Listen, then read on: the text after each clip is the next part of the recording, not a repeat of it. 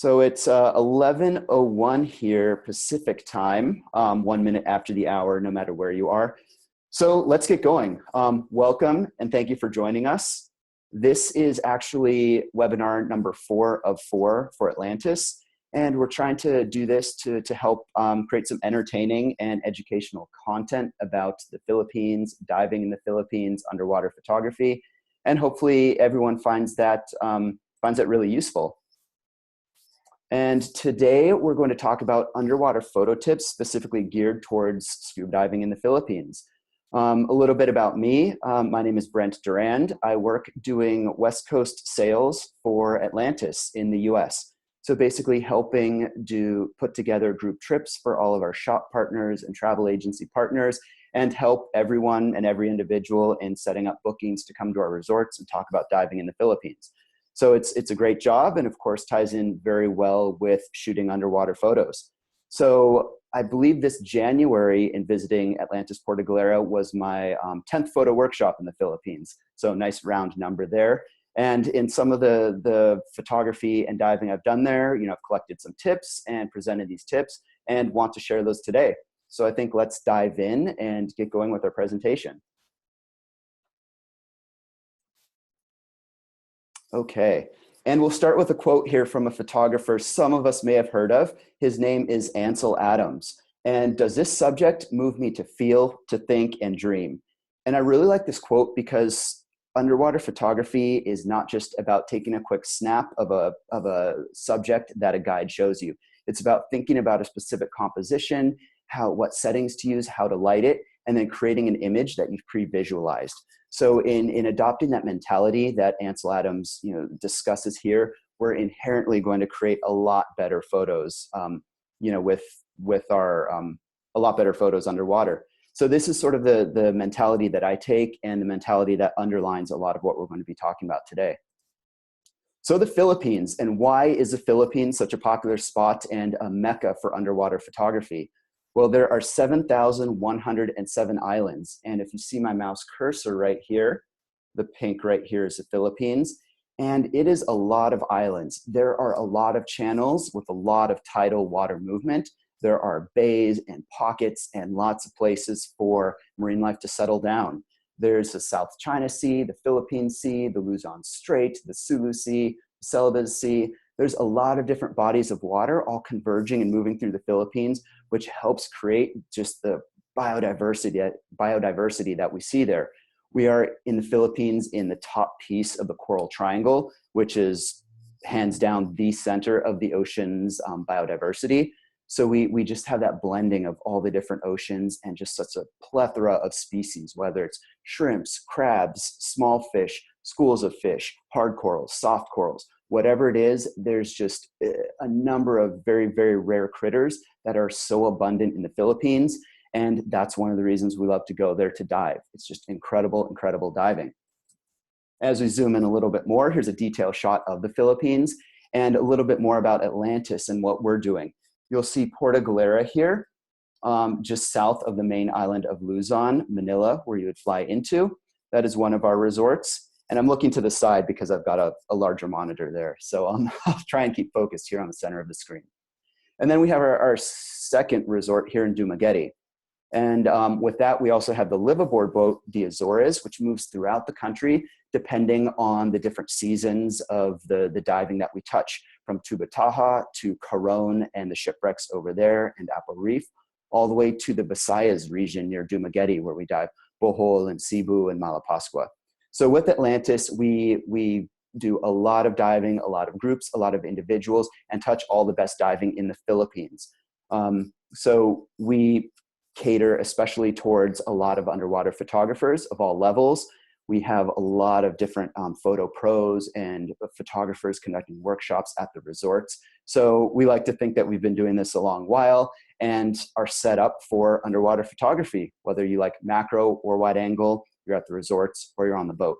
So with all of that as a base camp and a setup, let's get going on today's topic, which is how to take your underwater photography to the next level, specifically geared towards our diving in the Philippines. So there's 3 topics I want to address here. The first one is going to be composition. The second will be using your histogram for exposure. And then the second will be some basic strobe positioning tips. Now, if you joined me on the last photo webinar 2 weeks ago, you saw these little characters here, but we're gonna go from just a young beginner to an advanced Jedi master of all of these and create really, really great photos that we'll share on Facebook, we'll share on websites, and people will really say ooh and ah towards. And that's the goal with what we're talking about. All right, so without further ado, let's jump in. Our macro composition tip number 1 is to get close to your subject and to fill the frame. So it's really, really easy when we're diving with a guide to have them show us something and you swim over the subject, might take a shot or two and then keep swimming. Sometimes as a photographer who likes to spend more time, people will swim over, take a quick snap and then swim off, and they're out of visibility by the time I look up after shooting 1 or 2 shots. You need to slow down a little bit and try to figure out how can you get close to your subject, because if your subject is very small in a large frame, it's not going to be as detailed, it's not going to be as interesting and as captivating for your viewer. So you want to stop and really say, how can I fill my frame? How can I get really close to my subject to make them pop? Now, getting close to your subject also helps us create a lot of depth in the scene. As you get closer, you're going to have more of a 3-dimensional image, which means your lights are going to be creating more shadows and more depth.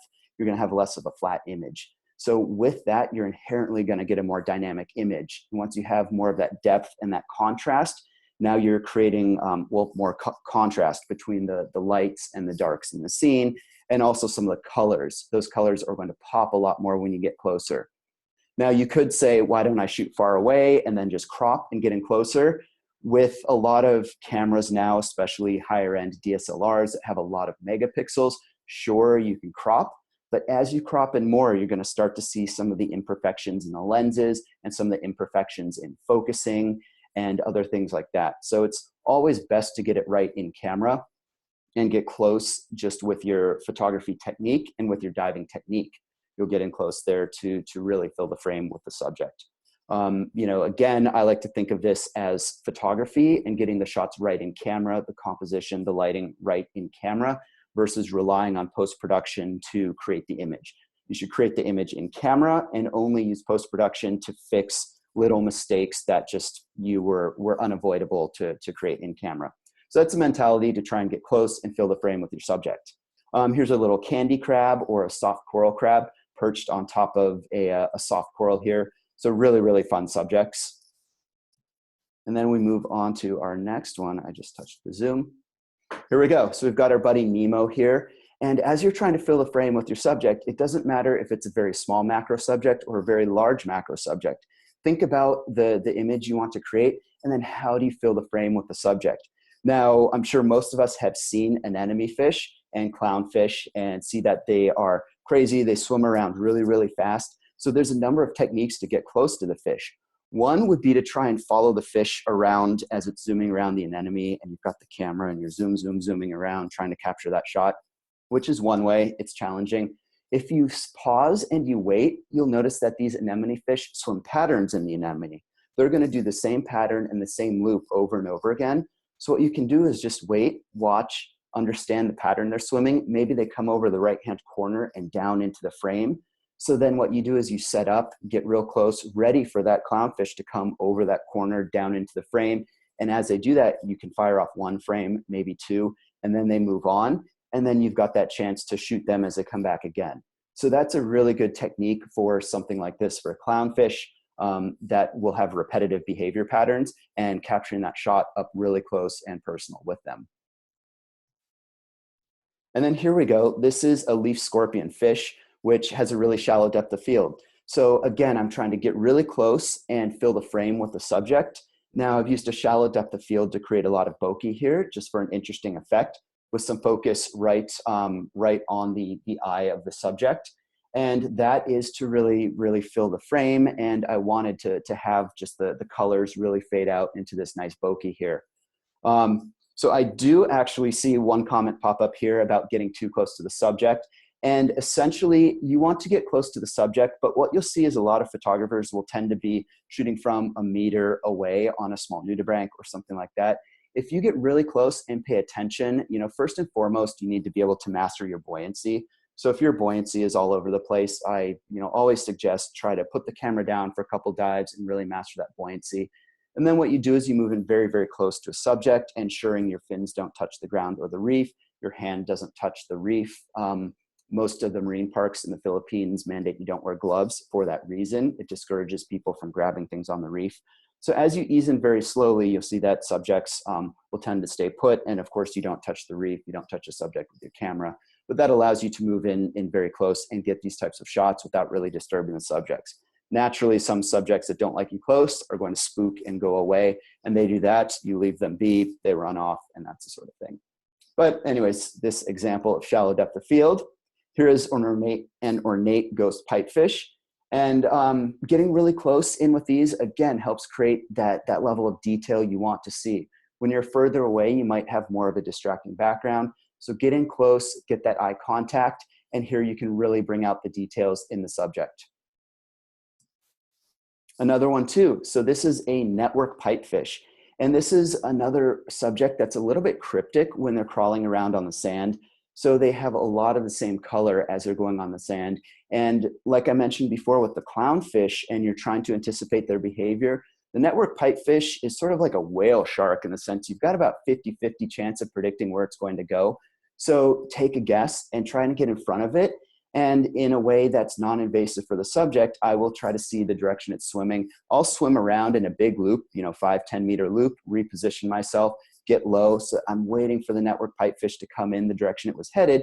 They'll come right up to the camera. I'll shoot a frame or two. They might move past me. They might turn to the left or to the right. But look at trying to get close and anticipating the behavior, and you'll be set up in just the right spot for capturing these types of photos that are, you know, have that detail really close in frame without needing to even crop the image. So macro composition tip number 2, and this is to meet your subject on their level. Now it's very similar to the tip we just discussed, which is get close, but this basically is to stop us from going over a subject and shooting down on the subject. You know, that's nice for a top-down ID shot of a subject, but if we want to create a really dynamic image and really get in the personal space of the subject, by personal space, I mean you're on the same level with them versus some top-down view where you're not at that same, you know, personal level with eye contact and view of the body and stuff like that. You know, this is how to achieve that sort of composition and that effect. So not the best image here, but an example of moving from above. You'll see right here, I'm above the subject right here. This is a type of flathead, I believe. Then we move in, then we move in, then we move in. And now we're low, close to the subject. And you can see just the composition change by getting on the same level. From starting above the subject all the way down to getting low and on the same level with the subject. We're really there. We have a much more intimate portrait of the subject with a lot of detail on the face and a lot of detail with the eyes. So one of the things I will do with the subject that I'm not sure, you know, if they are going to move is I will be sure to capture a safe shot, just see in the upper left-hand corner, and then start moving in for the shots I really want to get. And that way I've got something on the memory card, and especially on an assignment or some cool subject you're not sure you'll see again. Maybe it's a pygmy seahorse that you wanted to see on your last dive of the trip. You're like, okay, I've got one chance to see it. Capture that safe shot and then start moving in for the more detailed shot. So here we go. Now we're on the same level as our subject again, getting really close and really down on the same plane versus shooting above with the subject. Now I'm on that plane on this sea pen trying to shoot this goby. And here we go, a lizardfish. So even on the sand here in this black sand and substrate, you can get down low and get on that same plane with the subject. So there's a number of ways to approach a composition like this with the lizardfish. You could approach from the side, and you actually could shoot top down on top of the face, and it would create a great composition. But by getting low and close, it just helped me show the detail that the fish is really buried in the sand. You've got some great detail around the mouth and around the teeth, and of course that eye detail that we're really looking for in all of these shots. Okay, and here we go. We've got Hypsilodoris nudibranch, and to me, this just screams Philippines right here. This is one of those iconic nudibranchs you'll see in Porto Alegre and Dumaguete, in other places in the Philippines, and they are just beautiful, beautiful, beautiful. We have a dive site outside of Porto Galera. If you go around the corner from Channels from the point, it's called nicknamed Nudibranch City. And there are a lot of nudies there. It lives up to the name. And this is one of the prime suspects there. So really beautiful. But the composition is really enhanced when you can get low and really shoot into the face of the nudibranch. You'll see we've got the detail here of the face, the gentle whites, the pastels, detail in the rhinophores, and of course, fading out through the branchial plume. So with that face down composition, we can get intimate and get personal for this portrait.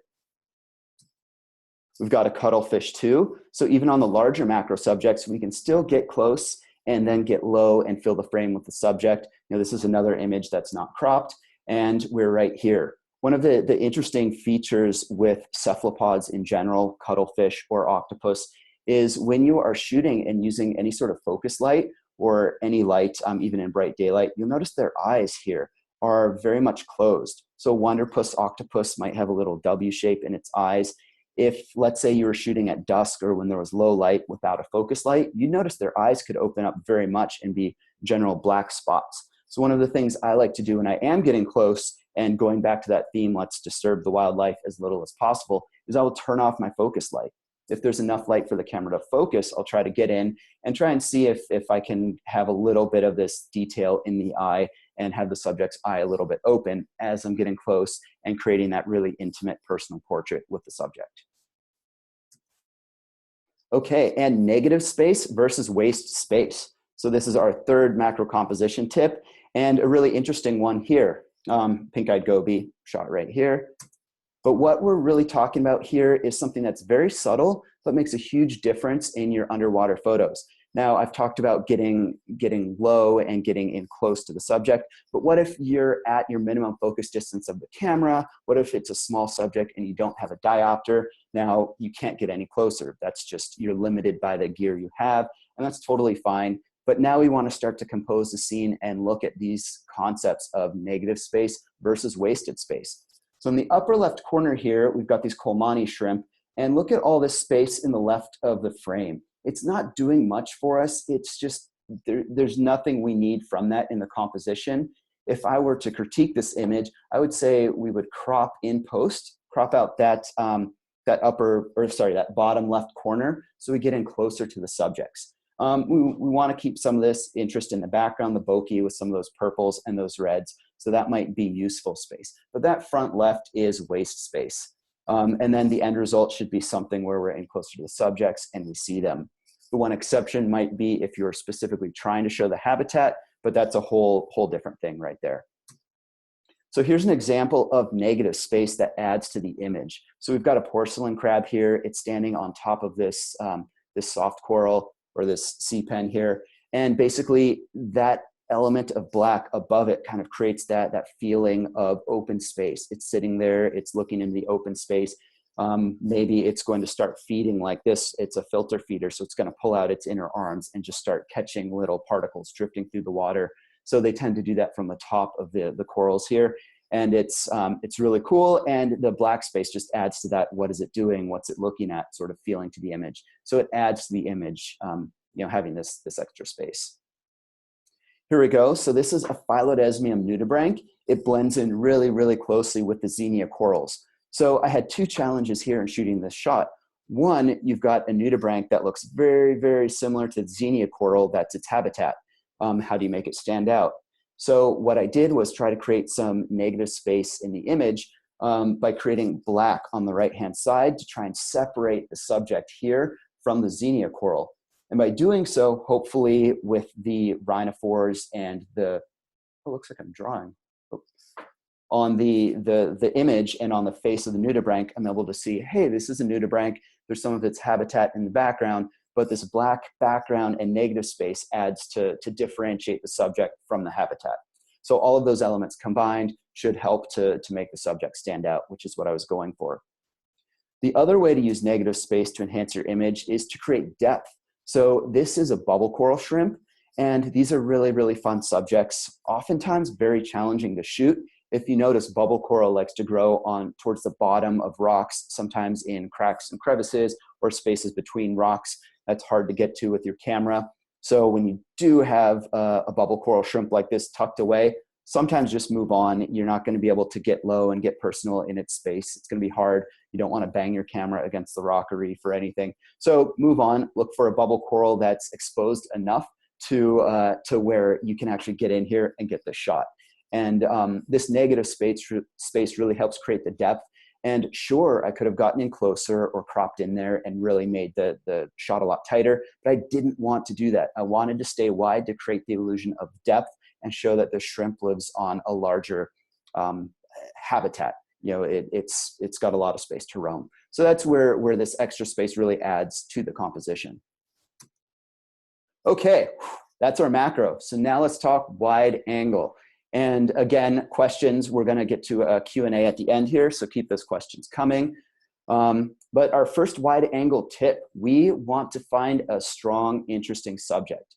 It's so easy to see all these great corals, the hard corals, the soft corals, the anthias dancing above the anthias dancing above the chromis, the anthias and chromis dancing above the hard coral gardens and stuff. But if you don't have a strong subject, it's going to look like a salad bowl. Your eye as a viewer is going to struggle with moving through the frame. It's going to say, well, where do I look? I sort of see everything. It's just this blah of stuff, and it's great stuff and it's colorful and things, but if there's no strong focal point, the image doesn't have an anchor that makes the viewer stop, look, understand something, and move on. So just in this shot, we've got a bright blue starfish. Boom, everyone knows what a starfish looks like. It's blue, it stands out. So those are the anchors that are really going to help your wide angle photography. So as I swim around the reef, I have my general settings and I have my photo hat on and my photo mindset on, and I'm looking for these really strong, interesting subjects. Here we go, at Apple Island off of Dumaguete, there are tons and tons of turtles. So you have to shoot a turtle photo, at least one, if not more. But this turtle is hanging out right here and makes for a great subject. You know, I think enough said, turtle makes a great subject. Make sure you get to the front of the turtle. Turtle tails are great and the back of their shells have great patterns, but we want to see the face. So if a turtle is swimming off, don't chase it, let it go. It might be going up for air, it'll come back down. Again, try and see where it's going. Maybe swim a wide circle down by the reef, let it go up and breathe, and it might come down the way it was moving right towards you. So that's one of the techniques I would do to try and get in front of a turtle like that, who you might see in the water. But yeah, compose the shot with the turtle's head, its eye contact. It's going to add to creating a strong anchor for that wide angle image. Here we go, a lionfish swimming above the reef. And you'll notice if these fish are tucked down, maybe it's the middle of the day in the reef, they're kind of hanging out, they're doing their thing. But you'll notice early morning or in the evening time, they'll come out and start to feed and take that downwards facing posture as they're looking and starting to hunt. So by getting low and getting under this and choosing an interesting subject, you kind of create that dynamic display showing all the lionfish fins, and also the fact that they're exhibiting some hunting behavior by being above the reef and swimming over the reef, you know, downward like this. So it's a strong subject. It stands out against the blue, which is why I chose it for this scene.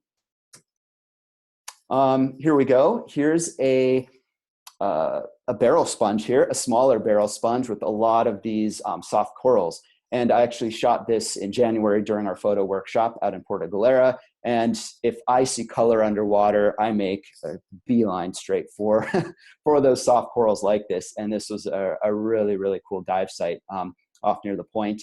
And try and find your diver. This is one of those great things where a barrel sponge, it's a strong anchor, but what else is going on here? A barrel sponge and soft corals. I knew there was something here. There's green water. If we took away this diver on that side of the frame, it might not be as interesting. So called over the dive guide. We had talked before, here's some symbols. If I ask you to model, hey, I'm going to give you a high-res copy of this photo, you know, you can put it on Facebook, you know, show everybody, you know, so the guides, you know, are gung-ho and anxious to join and help model. Boom, called them in. We worked on this, shot 2 frames, boom, it was done. One trick for incorporating divers into your scene is to set up before your diver gets there.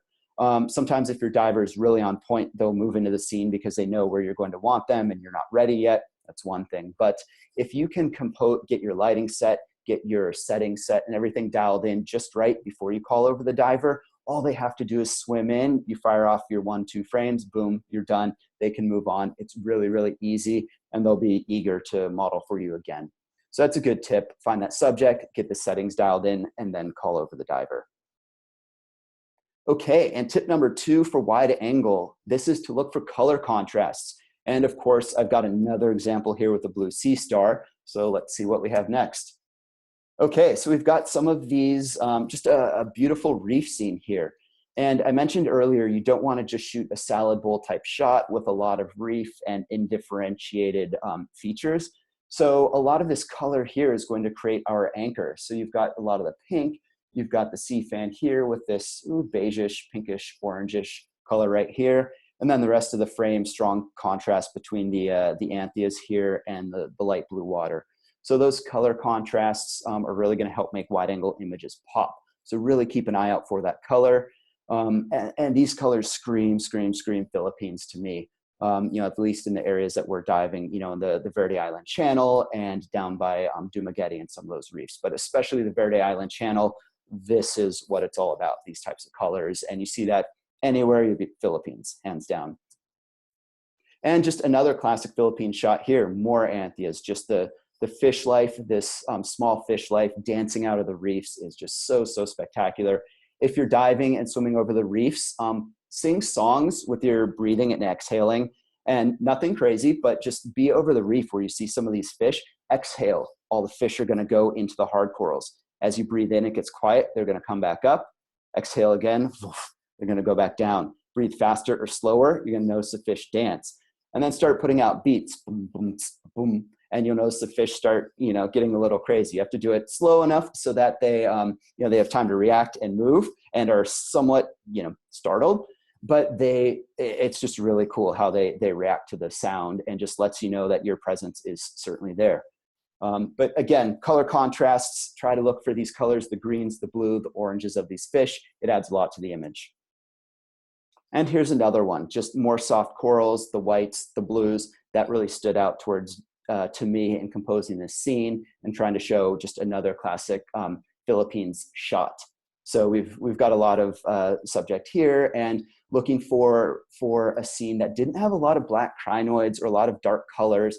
Wanted to try and avoid that in the scene and look for those brighter colors that don't absorb all your strobe or your video light. These are the colors that will pop, that will reflect the light, and when combined with that blue ambient light, will create a nice, pleasing image.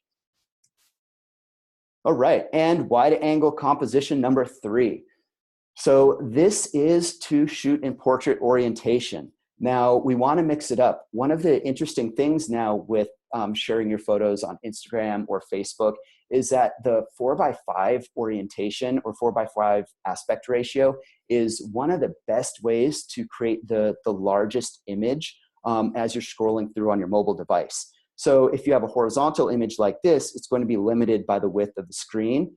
If you have a longer image like this, you're going to need to crop it for Instagram or Facebook because they want to show some of the title, the caption, who posted it. But 4:5 takes up the full width of the screen, and it shows the maximum amount of length on the feed. So if you shoot in portrait orientation, you only need to crop out a little from the native aspect ratio, depending on the aspect ratio you're shooting. And then you'll automatically have that 4:5 aspect ratio that you can share that creates the largest impact. Look at some of those most successful accounts on Instagram, even on Facebook, and you'll notice they use a lot of 4:5. So by shooting in portrait, now we can keep more of our composition than if we shot as a horizontal image and then cropped in. Now, with that said, a lot of websites, horizontal is still best. I tend to shoot horizontal when I'm trying to shoot images that I'll use on a website. If you're going for a magazine full page spread, you might want horizontal, but if you're going for a cover or you're going for a single page, you might want portrait orientation. Bottom line, shoot both of the same composition and you might be pleased with what you see. So definitely keep portrait orientation in mind when you're shooting. And here's another example of a strong foreground subject, a barrel sponge with a classic Philippines bonka boat above it. And then more classic Philippines color right here. And you'll notice that I've got a lot going on here with the strong foreground subject, and then of course the color contrast with the fish, and even with the diver in the background. So I flagged over our dive guide here on this dive and got them involved. Now, there is one mentality with underwater photographers who say, oh, there's another diver, they're in my image, you know, I'm gonna be angry and upset and stressed out. And, you know, we're underwater, we're scuba diving, we're in a fantastic place. It's no place for stress or being frustrated. Like, just don't worry about that. I tend to look at the other diver as an opportunity to incorporate them into the scene. You know, it's a challenge. This is photography, it's fun. How can we incorporate that diver swimming right to left through the frame with my dive guide who had already called in and is coming over the model? I'm not going to sit there and make them wait for 90 seconds while the other diver swims off. So I angled myself in such a way that I could create both silhouettes and have them differentiated. You never want a silhouette to overlap in an image like this.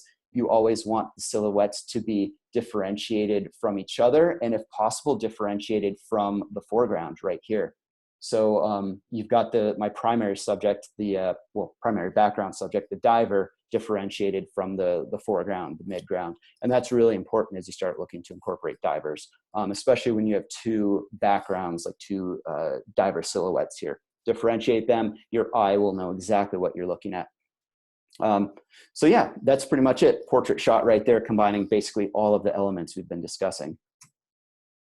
And just a couple more here. On the left, just a classic reefscape, nice and easy because there's nothing I need to worry about really moving. I do tend to set up my shot and wait for fish to move in and out. The other day diving in, well, before a lot of things changed for us a few weeks ago, I was diving locally here in Northern California, and same thing, I set up a shot and just waiting for the fish to decide to move in the right direction. A school of blue rockfish was just hovering around, and I just sat there, hung out. I was enjoying scuba diving. I was underwater, just waiting near my shot. As soon as the fish school started moving in, swimming right up to me, I got low, got in my spot, my settings were set, shot the photo, one frame. Same thing with this sea snake here, or the sea crate on the right-hand side. These snakes, when you see them, are typically hunting on the reef.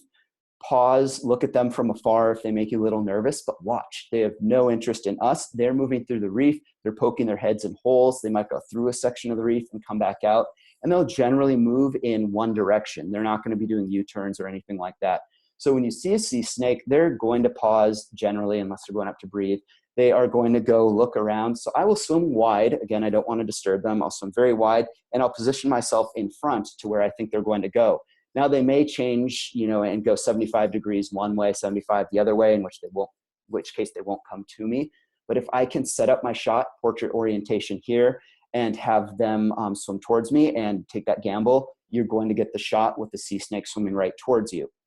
This type of shot I compose vertically. Another tip for composing like this is vertically is you have room for advertising space. So right here, you can throw a lot of words in there, nice white with a blue background, boom, it pops. It's great for advertising.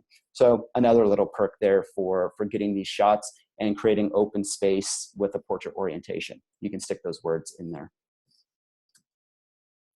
Okay, and this is part 2 now. We're transitioning away from our composition tips into exposure and our histogram. And basically the tip here, and I call it a secret because it's hard for even experienced photographers to remember to do, or we get complacent and don't do it, but that is to review your images in the histogram. And there's 3 different times you want to review your images. 1 is after every image you shoot. 2 is after every dive. You should be looking at your images. And then 3 is at the end of the dive day when you're in your room in the resort or you're back home. You look at your images on the computer to really see what's going on. The benefit to that is that you get to correct mistakes. So if you set up your camera one way, you know, here's your light positioning, here's your settings, you're shooting a subject, and you shoot 3 frames in a row without reviewing or changing anything, and you have a mistake, guess what? You've got the mistake 3 times in all 3 images, nothing has changed. So I always like to look at the image and try and adjust things, including looking at the exposure and using the histogram. And that is what's going to help me to adjust my images and make them better. Now, the histogram is something you're going to be looking at underwater while you're shooting your images. Hopefully you've got that exposure dialed in by the time you finish shooting the subject and you come up onto land. If it is off slightly, once you have the images on your computer, you can adjust exposure slightly in post. You've got to stop stop and a half of leeway if you're shooting in RAW. But when you're looking at your images in the camera, hit that review or that playback button. It's that triangle that it's going to be white with a circle around it, or it will be blue with a blue rectangle around it. And hit that button. Every camera housing will have that button to correspond with the button on your camera. So tap it. You can sometimes tap it a few times to cycle through the different views. So you might on first tap see the image in large. So you can look at your composition, the lighting, where the shadows fall. Tap it again, and the photo might get smaller and you'll see these histograms pop up. Tap it again, you'll go back to your camera settings or whatever your main screen is. So the way the histogram works is we have all this data here in the center, and I hope you can see my mouse cursor.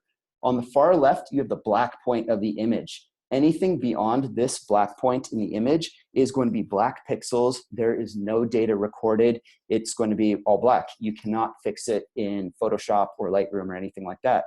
On the other side of the histogram, you have the white point. That is the same thing, but with white. It's the highlight and the whites area of the exposure. So anything past this point is going to be blown out. It's going to be white pixels with no data, and you can't really recover it in post in Lightroom or Photoshop. The distance between these is called the dynamic range of the camera. And in simplest terms, the dynamic range is the distance between that light point and that white point. A large sensor, like on a full frame camera, will have the most dynamic range. You can capture more data between the black point to the white point. A smaller camera, let's say a GoPro, will have the smallest sensor, and that will have the least amount of data between that black point and that white point. So the GoPro won't let you look at the histogram. Every other compact to mirrorless to DSLR camera will. But you look at this and you want your exposure to settle somewhere in the middle of these histogram points, from that black point to the white point. It's so important that Ansel Adams, our buddy from the first slide with the quote, developed a zone system for creating a great black and white photo, which says that you need to have data in all of the different zones, from the black point to the white point in your image. So this is a good example of that in color. We've got data from darker blue water coming through to the color of the scene of the underwater subject. Now the blue water, of course, we lose the reds, the oranges, the yellows as we dive deeper. So it's blue, it's ambient light in this shot. Then we have the color from the scene. So the greens, the yellows, the reds, that's our subject. We can tell that that's properly exposed here in the center of the histogram, to the red areas being maybe a little brighter. So depending on what that scene was, it's going to look a bit differently. If we move to this one over here on the right, this is a typical wide angle scene here. So we've again got distribution of the exposure between the black point and the white point of the image, with a lot of these blue greens of that water color. I think the water was a little greener here on this one, up towards the right. And then you've got a lot of the reef and stuff down here at the proper exposure to a little darker in the exposure. So as long as you're between that black point and the white point, your image is good. Here we go with another one right here. This is just another example of the histogram slammed on the left to the black point. What this tells me is this image was underexposed. It should look a lot more like this one or a lot more like this one in the histograms. So because all that data is slammed to the left, I think it's going to be mostly dark. The colors are going to be muted and dull and very uninteresting. So that's one of the things to look for when you're reviewing your images and trying to figure out how to make them better as you're shooting each image. Now, this is a perfect display of that exposure difference when we're starting to look at everything. I've copied these histograms from Lightroom, but it's similar to the histogram you'll see on your camera when reviewing your images. You might only see this gray histogram area, and you might see all the colors as well. But here we go. The data is mostly on the left-hand side, so that is underexposed. You'll see the dark image as a result. Now we've got a proper exposure here, and you'll see an image with nice exposure and the data all in the center. You move to the right, we're one stop overexposed now, and a lot of that data has been pushed over to the right, to the higher end of the exposure on our histogram here, and as a result, you see that higher end of the exposure here on the nudibranch. So what we really want to strive for is getting that proper exposure in camera, regardless of whether you're shooting ambient light with a constant light like a video light or a dive torch, or whether you're shooting with a strobe or 2 strobes or even 3 strobes. It all backs down to the exposure and how you're doing that.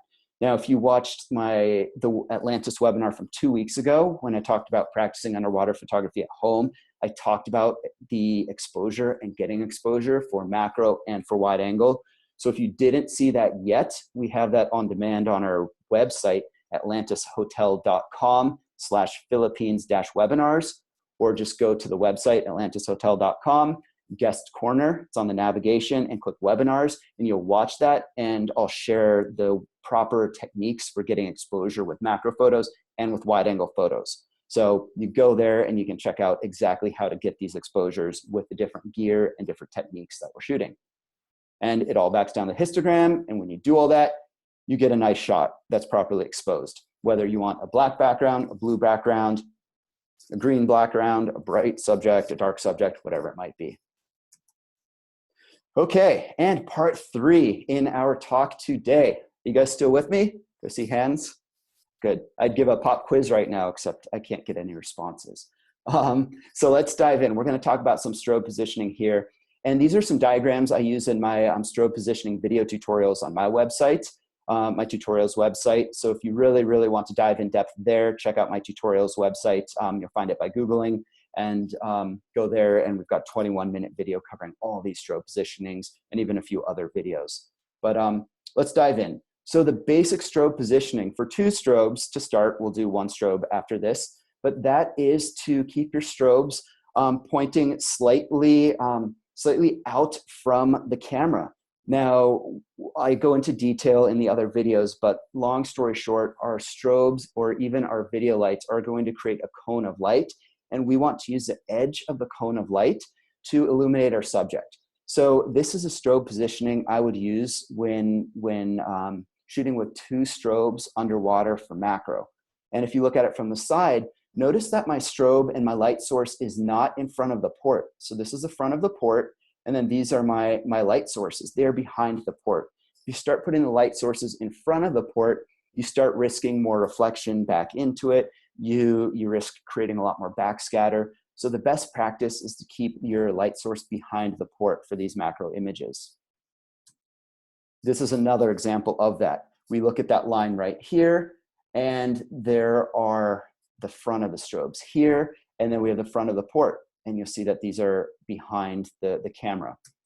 When we're talking about, and also with 2 strobes, you have even lighting from both sides. Sometimes you might want one strobe higher than the other, or different strobe powers between the strobes, but that gets a lot more custom and more advanced. With a single strobe, what you want to do is put your strobe at the 11 o'clock or at the 1 o'clock position, as if you were looking at an analog clock. And the reason for that is you want to create light coming from above the subject to evenly light the subject with a stronger light on one side and minimal shadows on the other side. If you lighted all from one side and shot your subject, there would be all strong shadows on the other side. So we don't want to do that. We don't want to have your port and then the light all on one side. We want it above on this side or this side, because that's going to give us the best balance of great light coming from the front, and also creating subtle shadows without too strong of shadows. So personally, I like to use the single light on the left-hand side on the left handle, because my right hand is going to be doing all the shooting and pushing the shutter button. So if I'm holding my camera like this, I can use my left to adjust the light position. You can see the same setup here. I just move it from the left to the right side. So when you have an arm that's long enough to do that, it really helps to position that light on the side of the subject that you really want. So this is the general strobe position for that.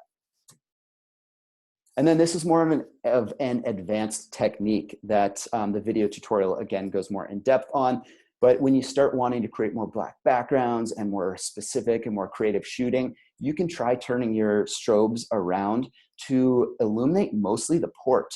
And what the reason they're doing this is most of the light is bouncing off the port, and only a tiny, tiny bit of that edge of the cone of light is hitting the subject right here in front of the camera.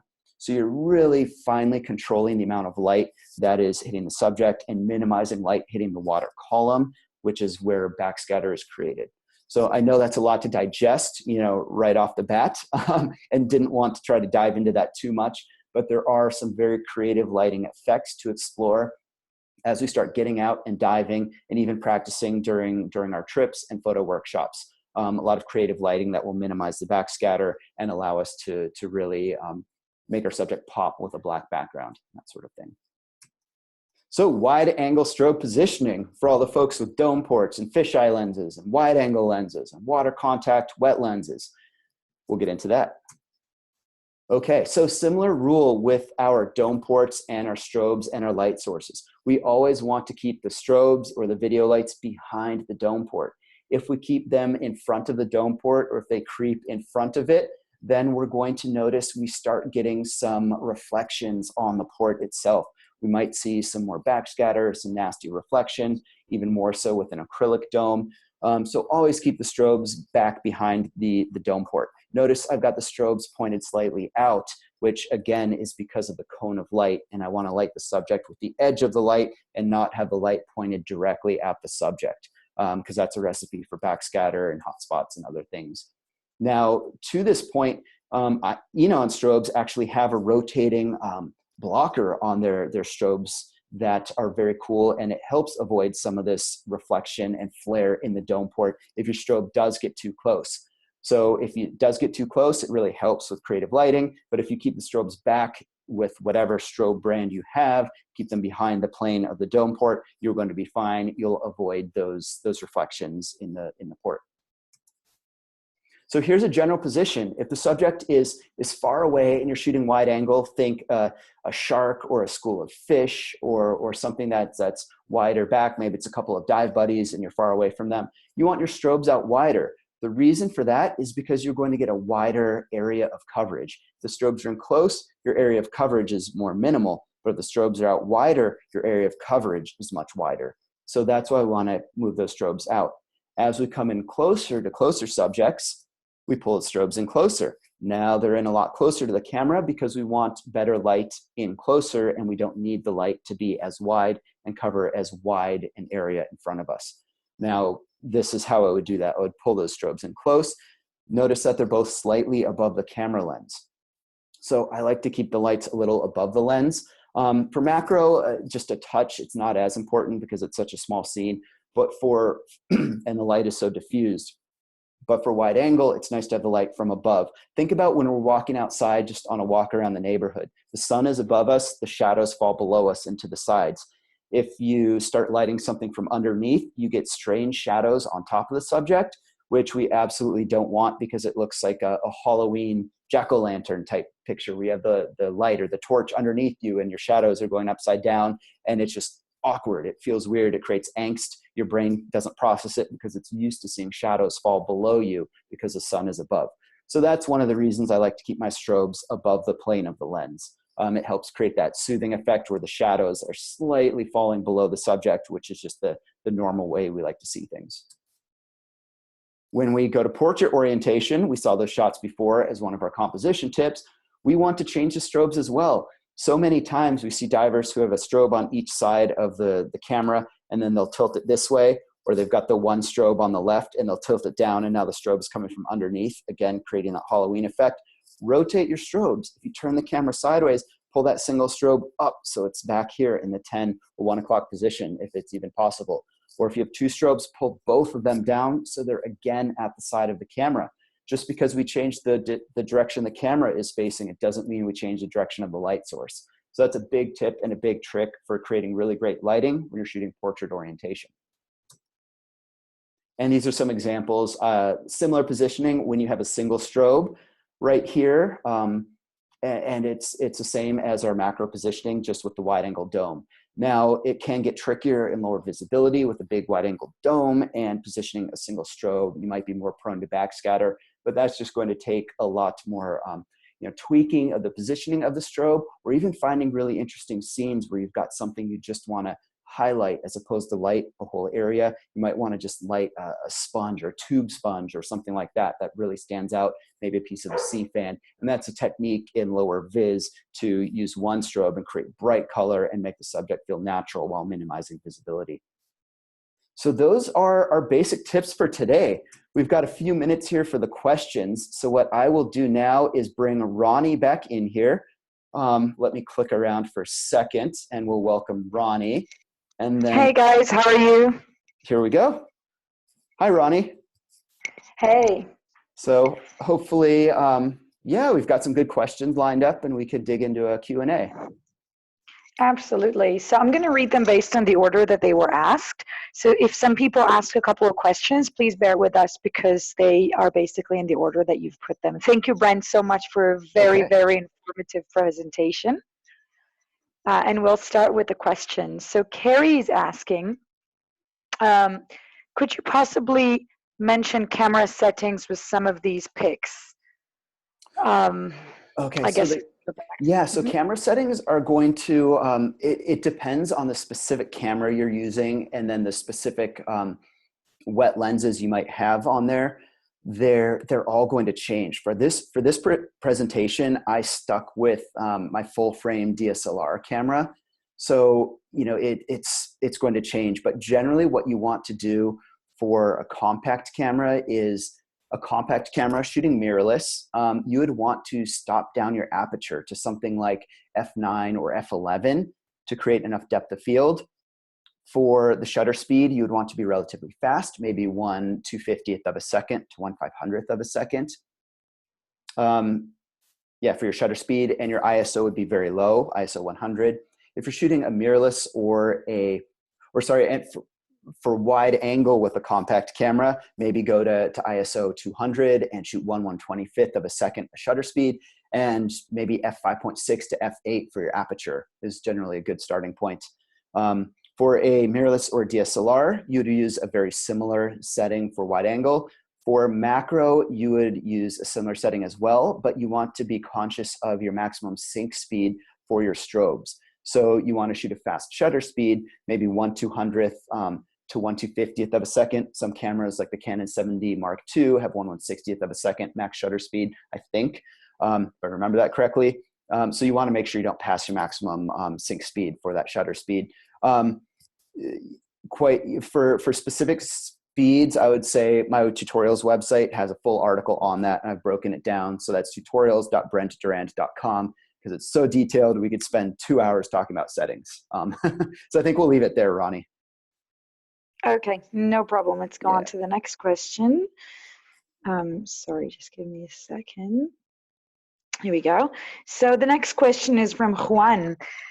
How about reverse ring macro for underwater photography? Yeah, reverse ring macro is a very, very niche thing.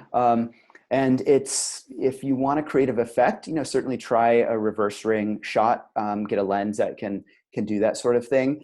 You know, it's a niche thing. I would say as a newer macro photographer, work on the basics with the gear you have, work on creative compositions with the gear you have, then work on diopters. You know, you want to have nice diopter or two to start shooting those really small subjects and get those. And after that is where you might want to start playing. Look at those reverse ring shots. Look at the magic tube shots. Look at getting a snoot or making your own snoot. There's a number of snoots on the market you can buy, but you know, it's very, very easy to make one for a couple of dollars yourself. So yeah, I would put that in kind of that accessory category once you've had a lot of time experimenting with all the things and all the possibilities you can with just your regular gear. All right, super. And then the next one from Bill. Please discuss when, if ever, to use the zoom feature on the camera. The zoom feature on the camera. So I'm not sure if that is talking about moving in from, let's say, a full frame to a crop perspective. But if that is the case, what I would say is, you know, full frame will give you full dynamic range. You're using the full sensor and taking full advantage of the way the sensor was designed in those pixels. You could get some benefit. You know, I know Nikon has had this on their last number of cameras where you can shoot in 1.6 crop, the DX version, even if you have an FX camera. So that would come in use when you're shooting something smaller. So for instance, macro with small subjects or birds in a distance or something like that where you want to get in closer to your subject without cropping, or where you want to reduce the, if you want to reduce the amount of bokeh you would have in the scene. So a full frame, larger sensor, you're gonna have more bokeh at the same aperture than you would on a 1.6 crop sensor. So if you're really looking to get something fully in focus, you might change from that FX perspective to that DX perspective, and that would benefit there.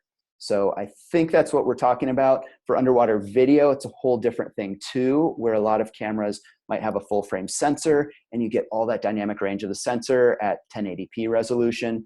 For 4K video, the camera might ask that you move into 1.6 crop or some sort of crop to take a full benefit of the 4K video. So it really depends on the camera and if you're using logs and some of those other video type settings.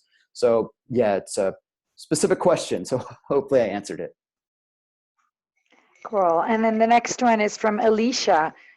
When you say really close, about how close in front of the camera to the subject? Yeah, so that's going to depend on your camera and the lens and whether you're using a diopter and of course wide angle or macro.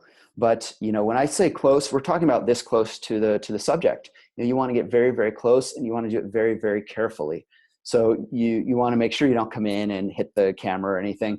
If you know, what might happen is you hit a hard coral and scratch your nice lens or your port, and we definitely don't want that. So you stay away, but you move in close. You know, something like this, you got a diopter, you might be in this close. But the key to doing that is being very, very stable. And I actually meant to mention this when we were going over that, but if you use a reef stick or a macro or a muck stick, that creates a bit of a monopod that you can put either against the reef in front of you as a way to stop yourself from moving too far forward or control you, or put it on the ground below you and put your camera on top of it. And now you have a bit of a monopod right here. And that will allow you to be very stable in shooting your shot. I just published a video on YouTube and on my website with unusual macro photo tips. So I talk all about using the reef stick or the muck stick for stability in shooting your shots. So definitely check that tutorial out.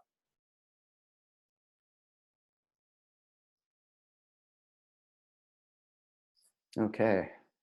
Oh, sorry, I was on mute, so I kept going through. I think all of us on the Zoom call are used to those moments. Yeah, exactly. So the next one is from Bill. With nudies, can you ever get edges that are sharp and not fuzzy? Edges. I don't know if that's the edge of the nudibranch or the edge of the frame of the photo. If it is the edge of the nudibranch, it's really going to depend on how close you are and the diopter magnification, most likely.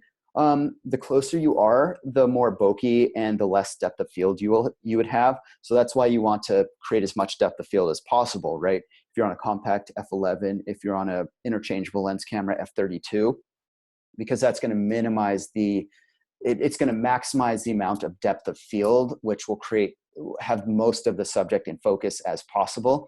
If you were to back up, automatically you'd see a lot more of that subject in focus.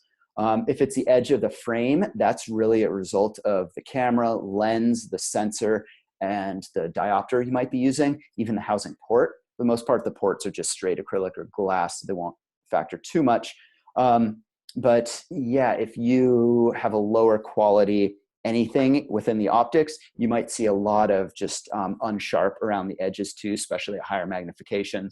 So that's one of those times where you would want to try not to use the cheapest solution and try to invest in a diopter or something that has been shown to produce sharp corner to corner edge quality and image quality.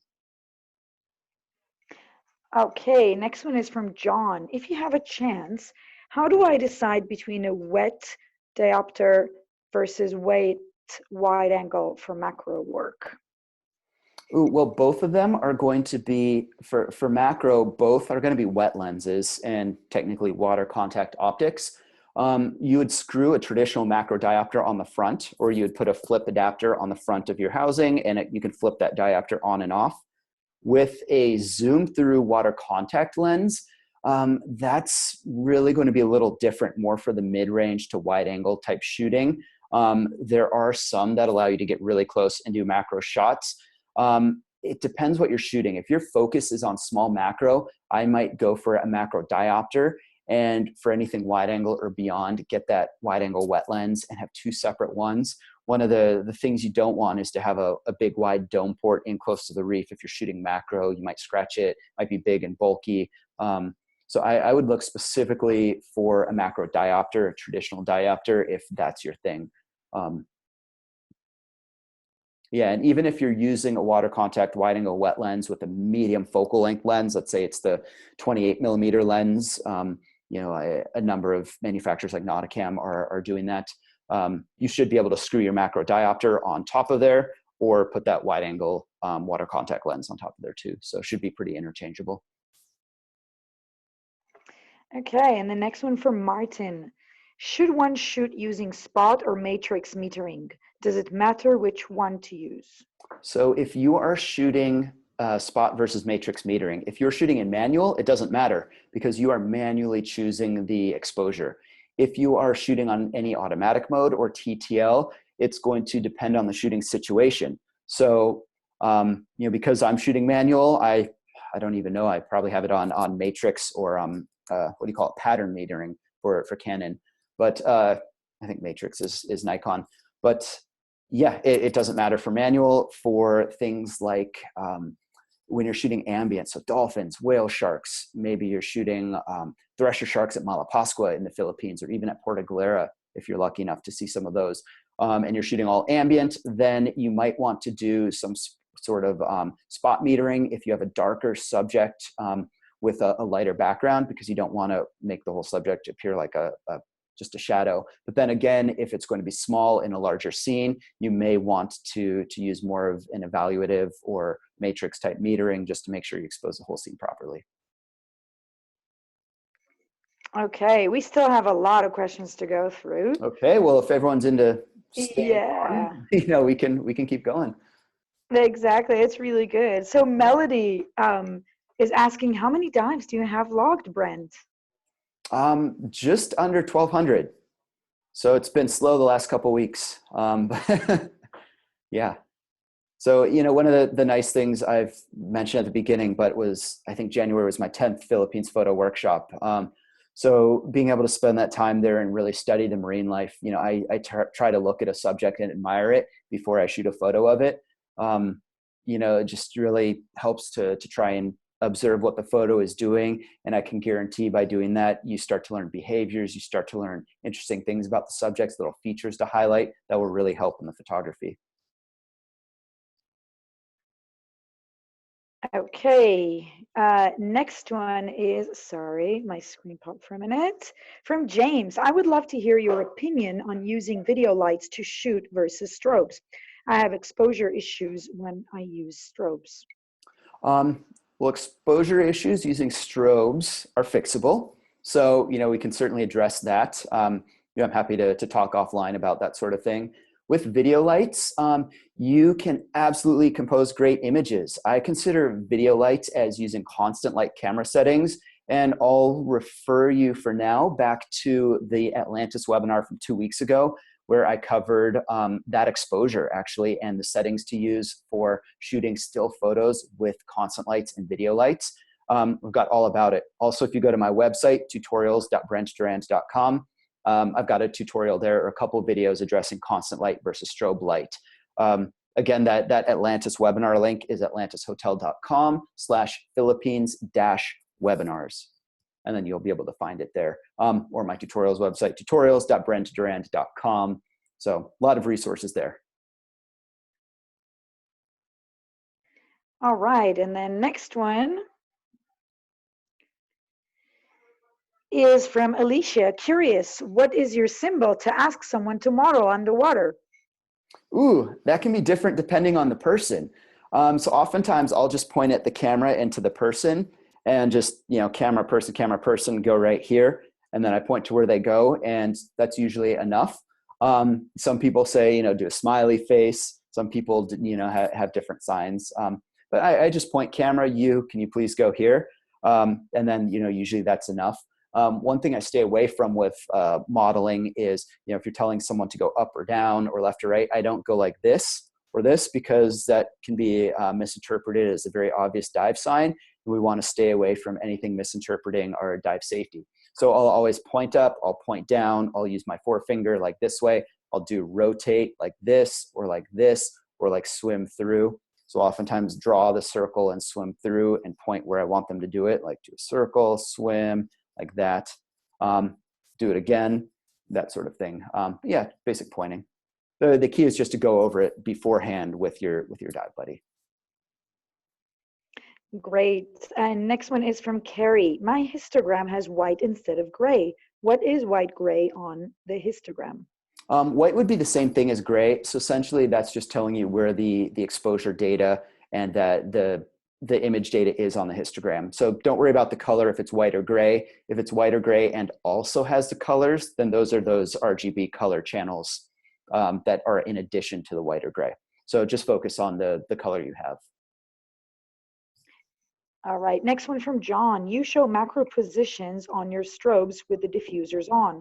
Are you recommending using diffusers while shooting macro? Yeah, I always, for the majority of strobes that are out there, recommend using diffusers for macro. It does what they do. It's what the name implies. It diffuses the light, so it creates a much softer light.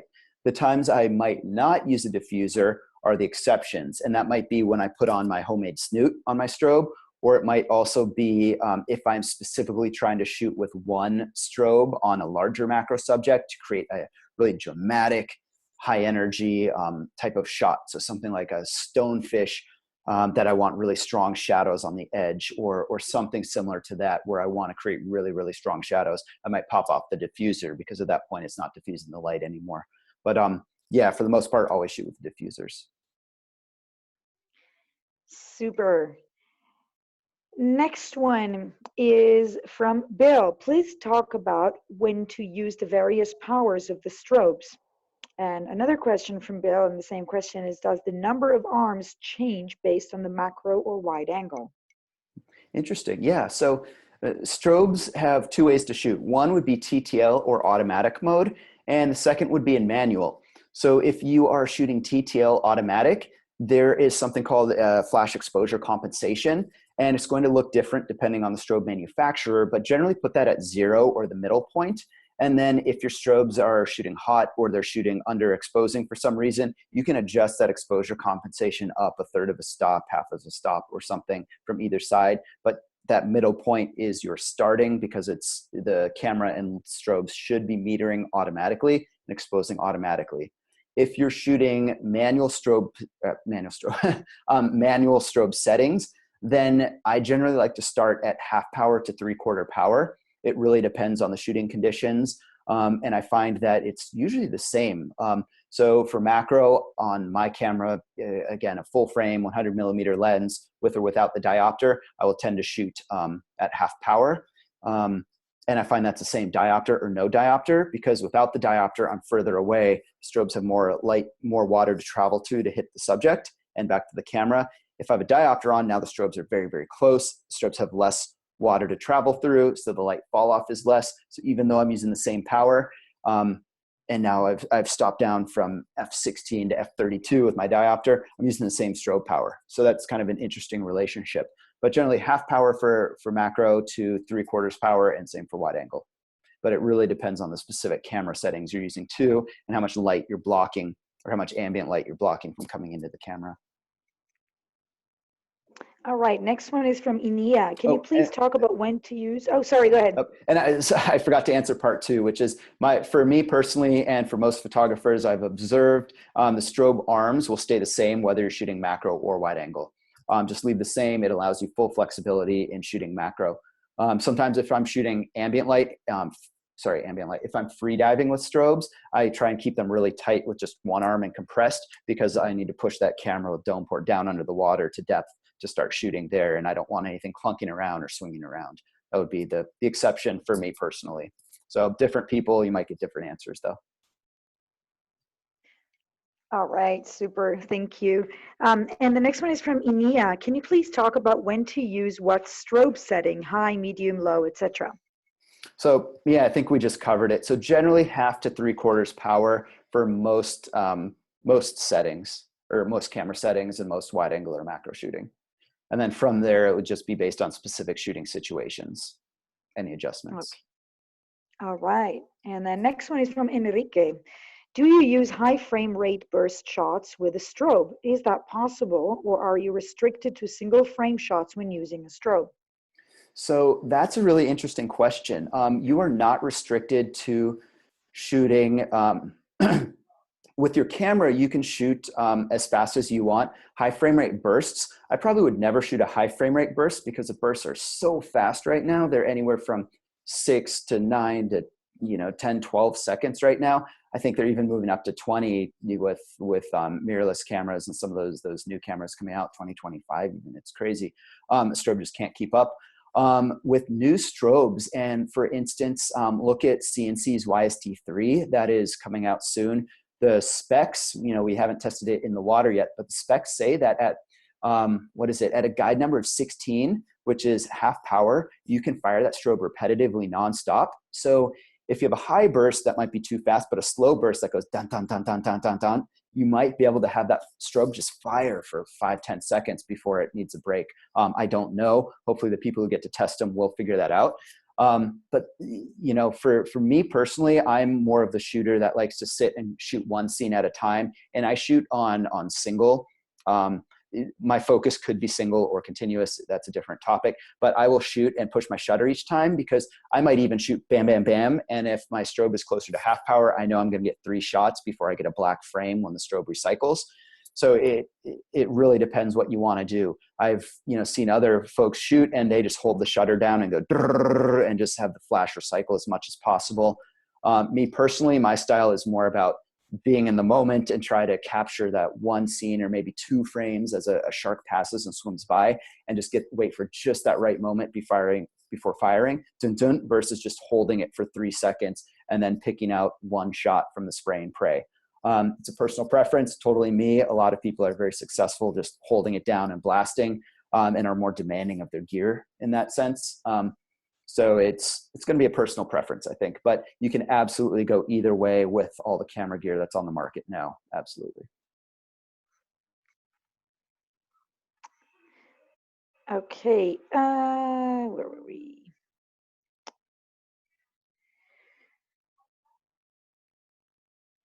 James, what are your thoughts about shooting in video and using single frames for your photo? I guess that depends on the quality that you are getting out of your video still frames. And it also depends on the video settings you are using. So one, you have a lower resolution. Typically, if you're shooting at 1080p at full HD, you're at 1920 by 1080 in terms of maximum image quality, which is fine for social media and things, but you're not going to get much use beyond that from the frame. The other thing is, if you're shooting 4K, you've got more resolution to work with, but your frame rate is really going to be a determining factor as well. So if you're shooting at, let's say, 1/60th of a second with constant lights, remember, you're not going to have a strobe to freeze motion. With still photography, you get to freeze motion and create nice, crisp, sharp image with crisp focus and things and crisp detail. With constant lights, you're going to be subject to motion blur. And if you're shooting at 1/60th of a second, let's say because you have a frame rate of 30 frames per second, so you're at 1/60th of a second, for your shutter speed with that video, it's going to be a bit blurry, especially if you have something a little further away. So maybe it's a sea lion or it's a shark or it's a big fish, big tuna or a barracuda or something like that. You might have blur in it. So in using that as a still, it might not work. Whereas that subject at that same distance with strobes, pop, you're going to freeze it and it's going to work. If you're shooting a really nice system that allows you to shoot at a much higher frame rate and you have nice clear visibility with nice bright water that allows you to shoot at that high frame rate and get nice ambient light, you might be shooting at a fast enough frame rate that your subject will be crisp and sharp with no motion blur. And at that time, you'd get an image acceptable as a still image that you could pull from the video. So in the end of the day, it really depends how critical you are of the image and the sharpness of it and what you intend to use it for. Okay. Next one is from Nima. Do you have any ideas for doing 3D anaglyph video recording underwater, especially about blue and cyan colors and output exposure? I would say 3D is not really my realm. I know there's a number of people who are experimenting with it. Um, so I just don't have experience there. I just try and keep myself with the gear I have and my two working strobes. If I could experiment with 3D, I would be all about it. I would love nothing more. But for me, I'm just focusing on the basics. All right. Sorry there, Nima. Jack, in taking video, how can you get close enough without the video light spooking the subject as opposed to stills photography with a strobe that happens in a split second? So that's an interesting one too. Do you approach with the video lights on and scare the subject because they don't like the lights, or do you surprise them with the strobe and flash them and say, "Hey, what the heck? What was that?" Um, a little toss up, kind of like what I was mentioning earlier with the octopus eyes or the cephalopod eyes, right? Which is better? Honestly, it's going to depend on the subject. If it's going to spook with video lights, it's going to spook with video lights. You could try keeping them off and then try to flick them on really carefully as you get close, but I would say they'd be more prone to being spooked by you trying to touch this light, then touch this light. Now you're moving around, your camera system's wobbling back and forth. It's, kind of might spook the subject. You could try keeping the lights down. I've done that before, or up, and just have them not shining on the subject and have your settings dialed in and just like all of a sudden turn it on and either shoot the still or turn it on and try and record video right away and see if they stick around for a couple seconds of footage. But if they run, they run, and that's it. Obviously, with the strobe, you can be more stealth, especially if you put in the time and approach it very slowly over a few minutes. So I wish there was a magic answer. That's one. If anyone can figure out how to get mating mandarin fish in white light, that would be fantastic, right? That's one of those things. They only like the red light, and we don't want to see red video. So it's one of those things. All right, almost through the questions from Tanya. I'm getting a wide angle soon for my compact TG5 camera between 180, 120, or 90 degrees. Which one would work better? It really depends on, I believe for the TG series, there's a number of manufacturers. There's the UWL lenses, the AOI fantasy lenses. I believe Kraken Sports makes one. I believe Backscatter makes a couple. So it really depends on budget and the size of those lenses and really what you want to do with it. So I would say look into the size, the weight. But my general thought is that if you want to shoot regular wide angle scenes, big reefs and stuff, go wider. Wider is going to be better, and go for the better optical quality. You won't regret it if you can get the better optic quality off the bat. If you're really gung-ho over something smaller like fish portraits that don't require as wide a field of view, then go for the smaller field of view by all means if that's all you need. But if you're looking for a quality and versatility, go wide, absolutely. And last one from Adri. Do you have any special tips for focusing and getting sharper images? Hyperfocal, and any tips for taking split shots? Yeah, so I actually on on my website I have a 4-part video series, mini series all about autofocus. So it's a lot to talk about. That's why there's 4 episodes of it.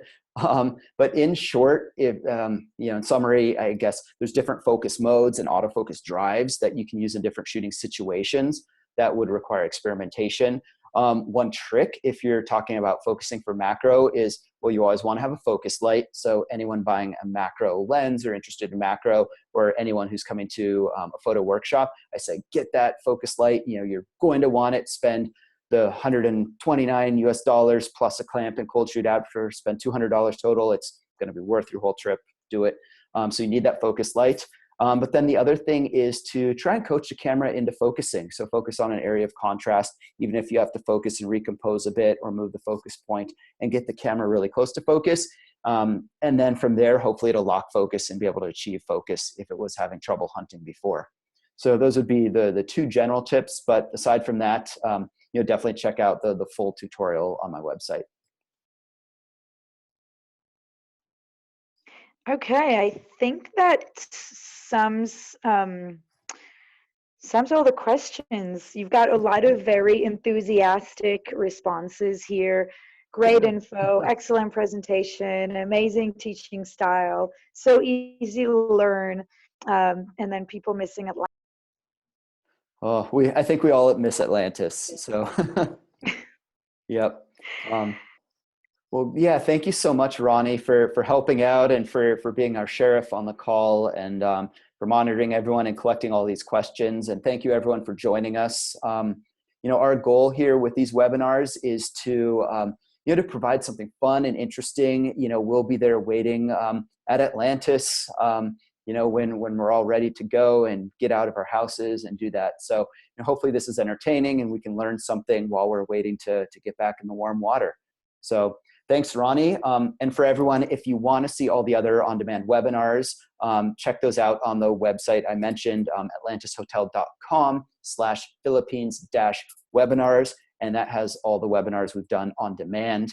And feel free to contact us with ideas for other webinars. I'll send a thank you to everyone by email later on this evening, and you can reply to that with new ideas, and Ronnie and I can put our heads together and come up with another great webinar for you guys. So thank you so much for tuning in, and we look forward to seeing you very soon. Enjoy the rest of your day. Absolutely. Thank you, guys. Have a good night.